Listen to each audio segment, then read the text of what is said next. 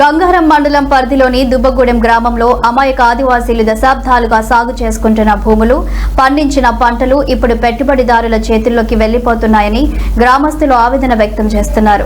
వడ్డీ వ్యాపారుల పేరుతో కొంతమంది వ్యక్తులు అధిక వడ్డీలకు అప్పులు ఇచ్చి నకిలీ ఎరువులు, నాణ్యత లేని విత్తనాలు, పురుగు మందులతో రైతులను మోసం చేస్తున్నారని ఆరోపణలున్నాయి. అప్పులు తిరిగి చెల్లించలేని పరిస్థితుల్లో రైతుల భూములను బలవంతంగా స్వాధీనం చేసుకుంటున్నారని స్థానికులు చెబుతున్నారు.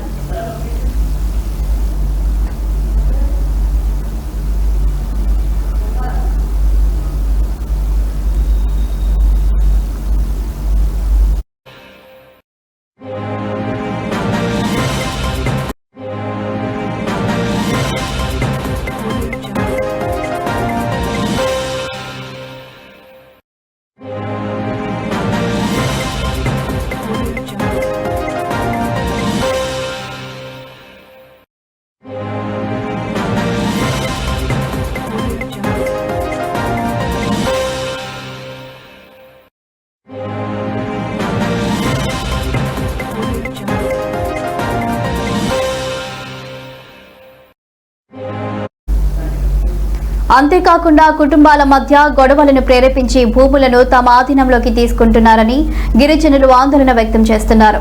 దీంతో అనేక ఆదివాసీ కుటుంబాలు జీవనాధారాన్ని కోల్పోయి రోడ్డున పడుతున్న పరిస్థితి నెలకొంది. ఈ నేపథ్యంలో మామిడిగూడెం ప్రాంతానికి చెందిన వడ్డీ వ్యాపారులపై ఆరోపణలు వెల్లువెత్తుతున్నాయి. వీరి ఇళ్లలో ఆదాయ పన్ను శాఖతో పాటు ఇతర శాఖల అధికారులు దాడులు నిర్వహించి విచారణ చేపట్టాలని రైతులు డిమాండ్ చేస్తున్నారు.